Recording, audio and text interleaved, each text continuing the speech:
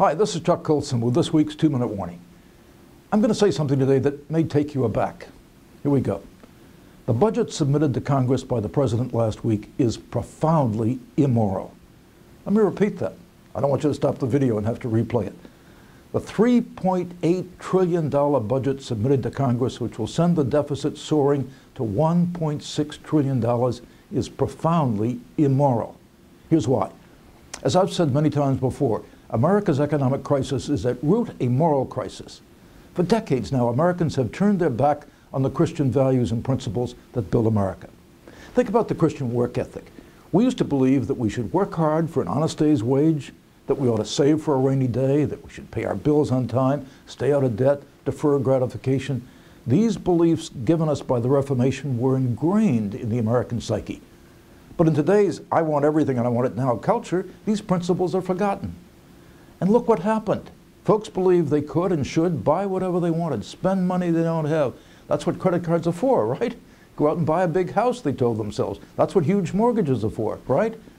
Well, it all came crashing down in the last 2 years. The housing market collapsed, investment banks were tottering, Fannie Mae and Freddie Mac teetered on the brink of oblivion, and more than 10% of Americans were unemployed. Well, happily, many Americans are wising up. They're getting it.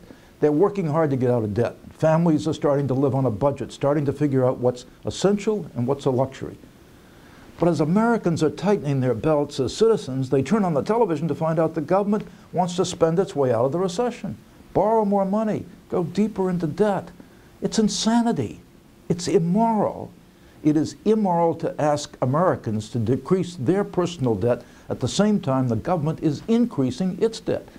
It is immoral to force future generations to spend their lives repaying the debt foisted upon them by their forebears who had neither the wisdom nor the restraint nor the courage to live within their means. Self-government can only survive when there's self-restraint, which is what the Christian work ethic has always provided us as a nation. If our government, our leaders cannot exercise restraint, we the people must exercise it for them.